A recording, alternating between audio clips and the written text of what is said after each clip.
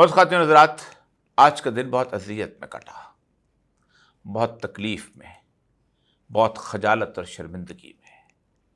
یہ شرمندگی میری اکیلے کی شرمندگی نہیں، بلکہ اس نسل کی شرمندگی ہے جس نے ایک طویل عرصہ اس پاکستان سے شدت کے ساتھ محبت کی ہے، جس کے آباء و اجداد انڈیا سے سب کچھ چھوڑ چھاڑ کر جہاں آئے تھے۔ یہ اس نسل کی شرمندگی ہے کہ جس نسل نے 10 لاکھ لوگوں کی اس سرحد کے اوپر قربانی دی تھی اور ہزاروں عصمتیں تار تار ہوئی تھیں۔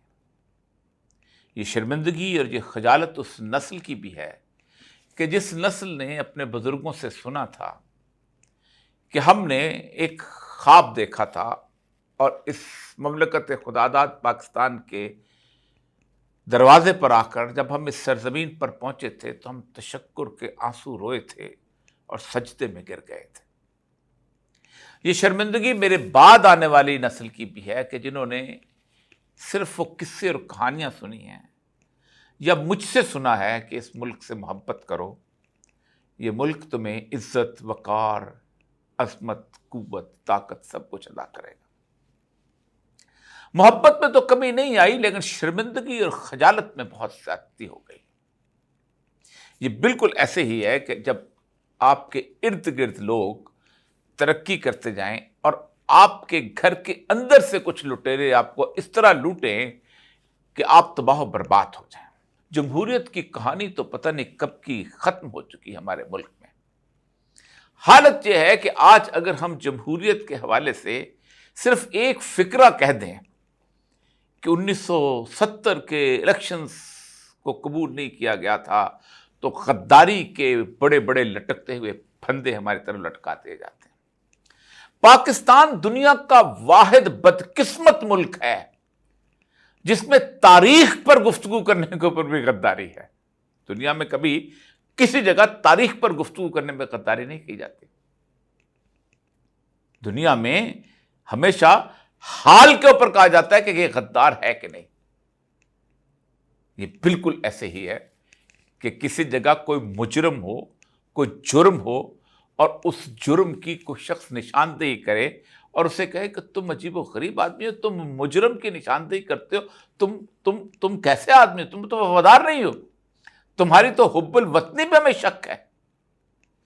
اصل مسئلہ یہ ہے کہ اس وقت کی صورتحال میں آج ہم کیا ڈسکشن کر رہے ہیں۔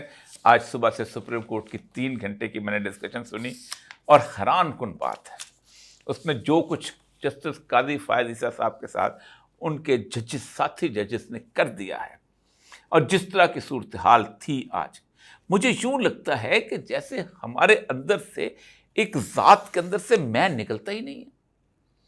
جس وقت جسٹس نذیر مختار نے کہا کہ بھئی آپ کی جو اس بلے کو چھیننے کے بعد سب کچھ کرائسس پیدا ہوا اور وہ پاکستان کا سب سے بدترین فیصلہ ہے، دنیا مانے گی، قاضی فائز صاحب ساری تاریخ آپ کو اس کے اوپر جو ہے وہ ملامت کرتی رہے گی، آئندہ کئی 100 سال تک آپ کو شاید تاریخ کے اندر بدترین فیصلے کے طور پر یہ فیصلہ گنا جاتا رہے گا۔ تو آپ نے اس میں بڑے ایک اور مزدار بات آپ نے کی کہ جی میں نے تو بلہ چھینا تھا، یہ پی ٹی آئی والے خود مانگ لیتے۔ اس سے پھر جسٹس عائشہ ملک نے کہا کہ وہ کسی پارٹی کا نشان کسی اور کو نہیں دیا جا سکتا، وہ پابندی ہے اس کے اوپر قانون۔ یہ ایک بڑی کھسانہ پن۔ دوسری بات جو ہے کہ پھر میں نے تو اس کا مطلب یہ نہیں تھا، میرا مطلب یہ نہیں تھا، میرا مطلب یہ نہیں تھا، میں ایسا۔ تو اس کے بعد سب سے اچھا فقرہ جو ہے اس نے کہا، جس وکیل صاحب نے، بڑے کمال کا فقرہ، انہوں نے کہا قاضی صاحب یور لارڈشپ، عالی مرتبہ صاحب، جیسے ہمارے ہوتا ہے نا پرووائزو، ایکسپلینیشن کسٹم ایکٹ کے اندر، آپ اپنے فیصلے کے ساتھ ایک ساتھ ایکسپلینیشن بھی لکھ دیتے۔ یہ کسی بھی جج کے لیے کیسا عجیب و غریب فکر ہے کہ اس کو بتانا پڑ دے کہ میرا مطلب یہ نہیں، میرا مطلب یہ نہیں تھا۔ یہ ساری کی ساری آج بحث سننے کے بعد صبح پہلے 1-1.5 گھنٹہ تو سوالات ہوتے رہے، یہ کرو، کل بھی سوالات ہوتے رہے، کتنے پرسنٹ، ہر بندے کو پتا ہے جو اس کے اندر بیٹھا ہوا ہے کہ یہ غلط ہوا ہے۔ یہ کس وجہ سے غلط ہوا ہے؟ ایک فیصلے کی وجہ سے۔ جسٹس اطہر من اللہ کا ایک ایسا فقرہ ہے کہ جو فقرہ پاکستان کی آئندہ آنے والی اس فیصلے کے اوپر بھی ڈٹرمن کرے گا اور یہ بتائے گا کہ پاکستان کے اندر کس حد تک غلاظت ہوتی رہی ہے اور خاص طور پہ الیکشن کمیشن نے کی ہے. اس نے کہا کیا الیکشن کمشنر جو ہے وہ ایڈورسری ہو سکتا ہے کسی پارٹی کا؟ یعنی مجھے اور نسیم احمد کے درمیان ایک کیس ہے اور میں فیصلہ کرتا ہوں اور سیشن جج جو ہے میرے خلاف فیصلہ کر دیتا ہے اور اس کے بعد میں چلا جاتا ہوں ہائی کورٹ کی اپیل کے اندر. سیشن جج کے فیصلے کے خلاف ہائی کورٹ اس فیصلے کو غلط کر دیتا ہے تو کیا سیشن جج سپریم کورٹ جا سکتا ہے؟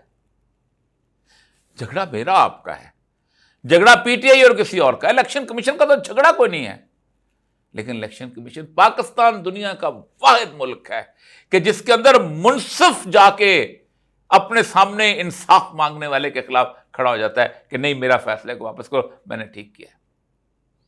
اس سے زیادہ بات میں کر سکتا ہوں لیکن دل بہت دکھی ہے, تکلیف میں ہے.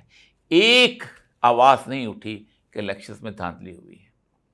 گفتگو ہوتی رہی ہے, حالانکہ ان کے الیکشنز ہمارے سے مختلف ہیں. پورا ایک مہینہ الیکشنز ہوتے رہتے ہیں, کوئی ڈبوں کو ہاتھ نہیں لگاتا, کوئی آ کے ڈالا نہیں آتا کہ ڈبے اٹھاؤ اور لے جاؤ ایک طرف, کوئی ایلیٹ فورس کے لوگ نہیں آتے کہ ڈبوں کو ہم دیکھ لیں گے, کوئی کسی کی ذاتی گارڈ اور گن مین نہیں آتے کہ ہم ووٹوں کو بدل دیں گے. یہ ہم کہاں جا رہے ہیں اور کس کار مذلت میں گرے ہیں؟ پاکستان کی عوام 8 فروری کو فیصلہ دے چکی ہوئی ہے. میں اس آج کی دکھی کیفیت اور تکلیف دہ صورتحال میں بھی امید سے ہوں, کیونکہ میرا رب اب فیصلہ کرنے والا ہے اور وقت بدلنے والا ہے. اجازت دیجیے, اللہ نے کے بعد. معیشت اتنی گندگی میں نہیں اتری ہوئی جتنی پاکستان کی سیاست اتری ہوئی. پوری دنیا میں کوئی ایک بھی فائنینشیل انسٹیٹیوشن ایسا نہیں ہے جہاں سے ہم نے قرض نہ لیا. 75 سال کی نفرت تھی, عمران خان صرف سمبل بنا ہے. نواز شریف جو ہیں وہ پروکلیمڈ افینڈر بھی ہیں کورٹ کے اور ساتھ ساتھ سزا یافتہ بھی ہیں. دنیا کی جو رچسٹ قوم ہے وہ اس وقت مسلمان ہیں. تھڑے پہ بیٹھے ہوئے شخص کو بھی کوئی پوچھے نا کہ پی ڈی ایم کی 13 جماعتوں کو کس نے ایک میز پہ اکٹھا کیا تو ایک ہی نام لے گا اور وہ کہے گا کہ اسٹیبلشمنٹ. عمران خان سے جتنی نفرت سیکولر, لبرل اور ویسٹرن امریکنز کرتے ہیں پاکستان میں کوئی اور نہیں کرتا. تیل کی دولت آپ کے پاس ہے, پیسچر لینڈز آپ کے پاس ہیں, آپ کچھ نہیں کر سکتے. باجوہ کے خلاف جو بندہ اپلیکیشن لے کے گیا تھا سپریم کورٹ کے اندر وہ اگلے دن غائب ہو گیا تھا. آپ کو اس وقت فیصلہ کرنا ہے اور آپ تاریخ کے اندر امر ہونا چاہیے. آپ کو IMF آپ سے یہ نہیں کہتا کہ آپ بجلی کی قیمتیں بڑھاؤ, یہ نہیں کہتا گیس کی قیمتیں بڑھاؤ, تو وہ کہتا ہے اتنے پیسے اکٹھے کرو تاکہ تم اپنا قرض اتار سکو. پاکستان کی اسٹیبلشمنٹ کی سوچ اور انٹرنیشنل سبڈیشن کی سوچ آپس میں مل چکی ہے. عمران خان بہتر اس لیے نہیں تھا کہ عمران خان جو ہے پریڈکٹیبل نہیں ہے. نواز شریف کتنا بھی سیکولر ہو جائے, نواز شریف کا امیج سیکولر والا نہیں ہے. پاکستان میں ہمیشہ جمہوریت خطرے میں ہوتی تھی لیکن پہلی دفعہ اسٹیبلشمنٹ خطرے میں. مریم نواز نے لانچ کیا باقاعدہ مفتاح اسماعیل کے خلاف, کس کو؟ اسحاق ڈار کو. آپ کو اس ملک کے اندر کھلواڑ کرنے کی سزا ملنے والی ہے. اس قوم نے اٹھ کر یہ ثابت کیا 75 سالوں کی ذلت اور رسوائی کا داغ دھونے نکلے. پاکستان کا حل پاکستان کی پولیٹیکل ایلیٹ اور اسٹیبلشمنٹ نہیں ہے.